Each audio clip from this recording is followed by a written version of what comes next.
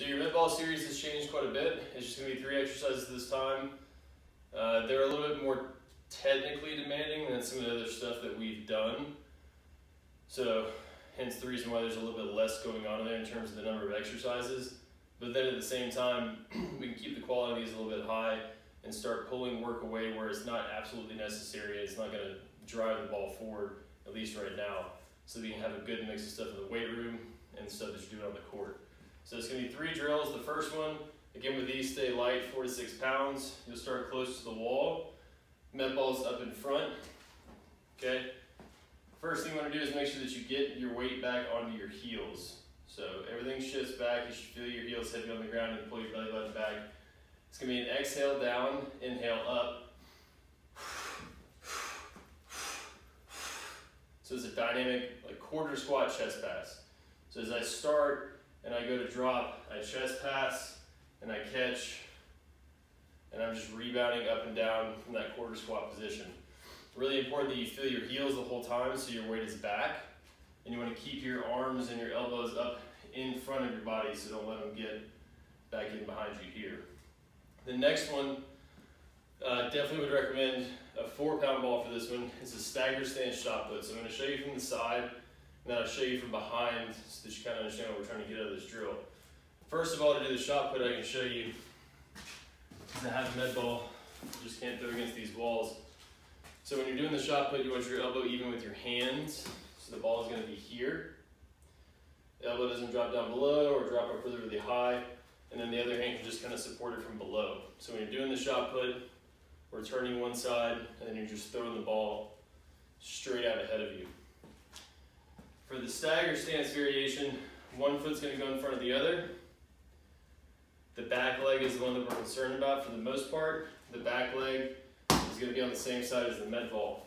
So we're going to be close to the wall, but not so close that you can't get a good full extension through your arm as you go to throw.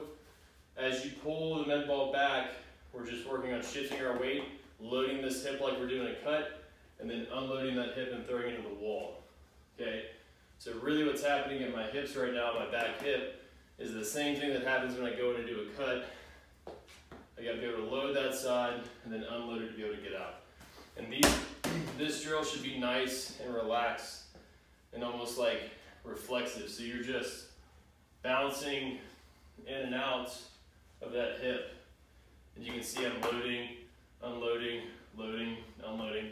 Hence the reason why I don't want the weight to be super heavy. You should be able to just kind of get in and out of that really, really quickly. So you'll do the number of reps on both sides, switching your feet. If you really struggle with the left, assuming you're right-handed, if you really struggle with your left, doing the shot put, you can also do this like off your hip. So a scoop toss variation is just fine. And then the very last one is going to be a lateral lunge. So you'll start facing the wall with the med ball in your hand. You'll step to the side, pull the ball back towards your pocket, and then throw as you stand back up.